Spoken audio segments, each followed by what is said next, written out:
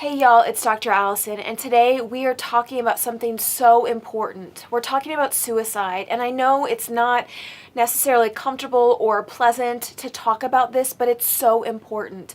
Suicide has been all over the news in the last week, and as a psychologist, this is a part of my daily life, having these conversations, but so many people have reached out to me in the last week saying, Dr. Allison, how can I help? What do I do? How can I create a safe space for people in my life to talk about this? And so I decided to scrap originally what I had planned for this week and to talk about suicide and what you need to know. So I've written a post on my website today, Dr. Allison Answers. We're talking about a couple important things. One, we're talking about what somebody who's feeling suicidal might be feeling. Right?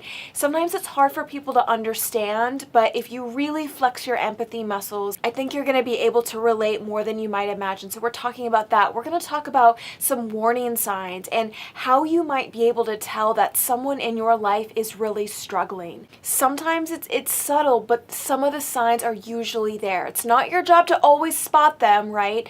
But if you can kind of be on alert and know what they are, it's going to give you a greater ability to support the people that you care about.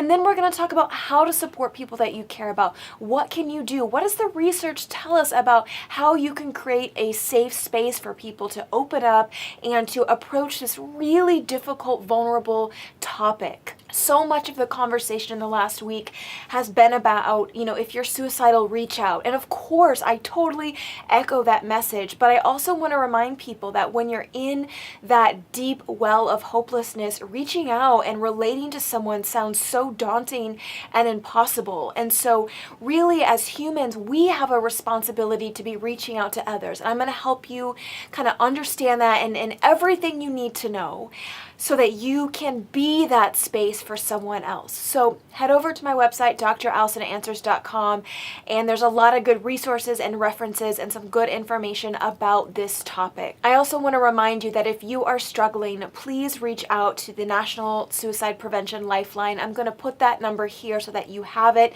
Whether you're feeling suicidal or if you're really concerned about someone and you're not sure what to do or you're not sure, if you should be concerned, reach out. The experts there will help walk you through it.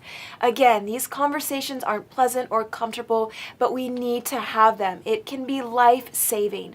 So head over and let's talk more. This message is important, so I'm asking you to please share this video, share this message, spread it around so that as many people as possible can be informed about having these uncomfortable, difficult, but critical conversations.